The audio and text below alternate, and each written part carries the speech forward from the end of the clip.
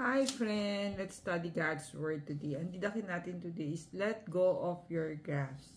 Yung Bible verse niya is from Philippians 2 verse 6. Christ who, though he was in the form of God, did not regard equality with God something to be grasped.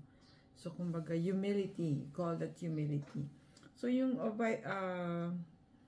storyteller natin today or writer is si Father Mix Ramirez.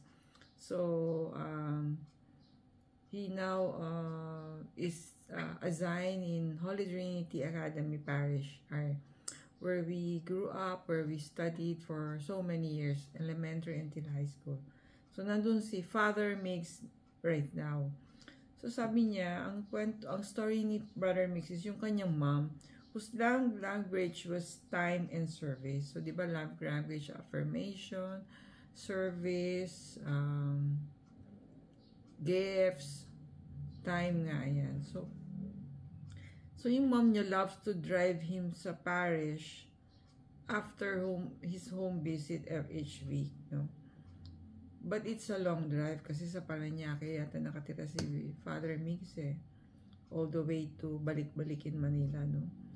So he would try to convince her to just stay home and rest, but kumbaga sabi niya parang how can you prevent a person from showing yung kanyang love language, diba?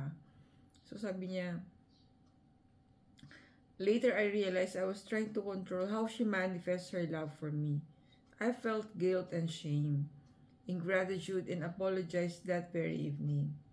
So sometimes, diba, yung mga love language natin is parang you should have to express it Otherwise, diba, parang you feel you are cheated or you are prevented from expressing yourselves.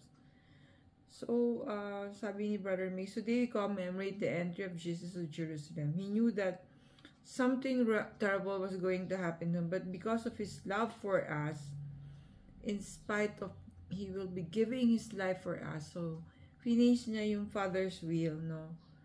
So that he could love us eternally. Parang sinacrifice ni Lord yung life niya for us.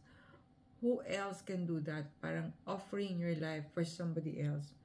So, reflection na today, what is God asking you to let go of today? So, yung passion ngayon ni Father Mix sa atin, ikaw, Marian, ikaw, Ronnie, ikaw, Cathy, ikaw, Daniel, ikaw, Christine, ano ba yung willing kang i-give up for the Lord or for others?